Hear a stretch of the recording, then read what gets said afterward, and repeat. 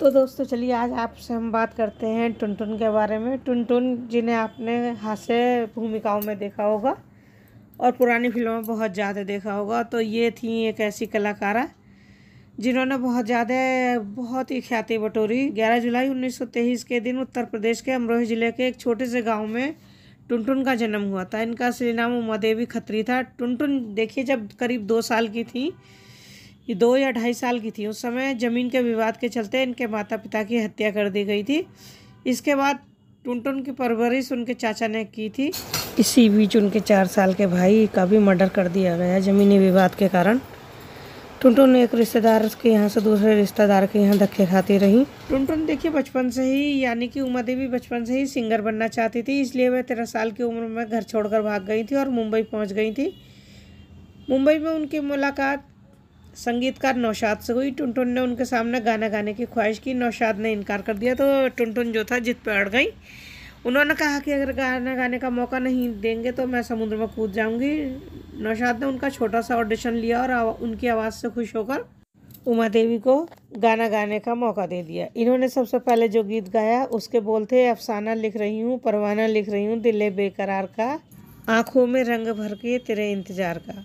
तो ये गाना इनका बहुत ज़्यादा फेमस हो गया और इस गाने ने धूम मचा दी और इसके बाद कई और गाने इनकी झोली में आ गए। तो इस तरह से इन्होंने करीब 40-45 गानों में अपनी आवाज़ दी। उसके बाद आशा भोसले, लता मंगेशकर और नूरजहाँ का दौर शुरू हो गया था, तो इनको काम मिलना मुश्किल हो गया। ऐसे में उन्होंने एक्टिंग की फील्ड में अपना हाथ आजमाने की कोशिश करने का फ़ैसला किया और उसके बाद 1950 में पहली बार बाबुल फिल्म में ये नज़र आई। बाबुल की वह देखिए पहली महिला कॉमेडियन बन गई। कहा जाता है कि मोटापे की वजह से टुनटुन को कॉमेडी रोल ही ऑफ़र किए जाते थे। बाद में टुनटुन का मस्तमौला अंदाज ही उनकी पहचान बन गया। तो टुनटुन से जब उनके माता पिता के बारे में पूछा गया तो उन्होंने बताया कि उन्हें नहीं पता कि उनके माता पिता कैसे थे और कैसे दिखते थे, क्योंकि जब वह 2-2.5 साल की थी तभी उनके माता और पिता की हत्या कर दी गई थी ज़मीनी विवाद के कारण। और उनके एक भाई की, जो उनका भाई था, उसकी भी हत्या कर दी गई थी 4-5 साल बाद ही।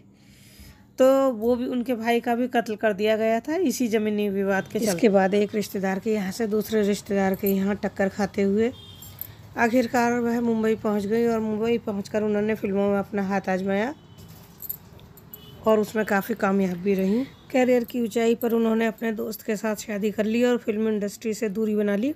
माँ बनने के बाद इन्होंने फिर से फिल्मों में कदम रखा, लेकिन आप लोग जानते ही होंगे दूसरी पारी में उन्होंने बतौर हास्य कलाकार के रूप में इन्होंने तकरीबन 200 फिल्मों में काम किया। संगीत से खास लगाव होने की वजह से उनका भी सपना एक सफल सिंगर बनने का ही था। वो चाहती थी कि मुंबई जाकर संगीत में अपना कैरियर बनाएं, लेकिन उस वक्त तो उनका पढ़ाई करना मुश्किल था।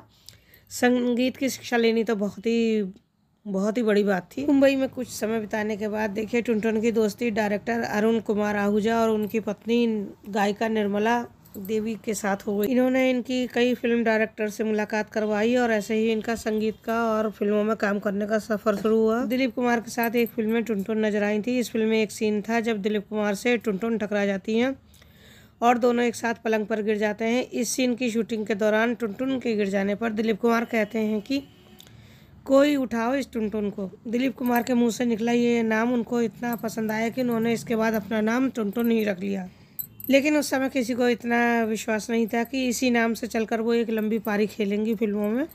शोहरत की बुलंदियों पर पहुंचने के बाद टुनटुन के पास फिल्मों के ढेर लगे, फिल्मों में काम करने लगी, लेकिन कुछ समय बाद ही उनकी फिल्मों की संख्या कम होने लगी। एक वक्त था जब एक साल में 10 से 12 फिल्में करती थी।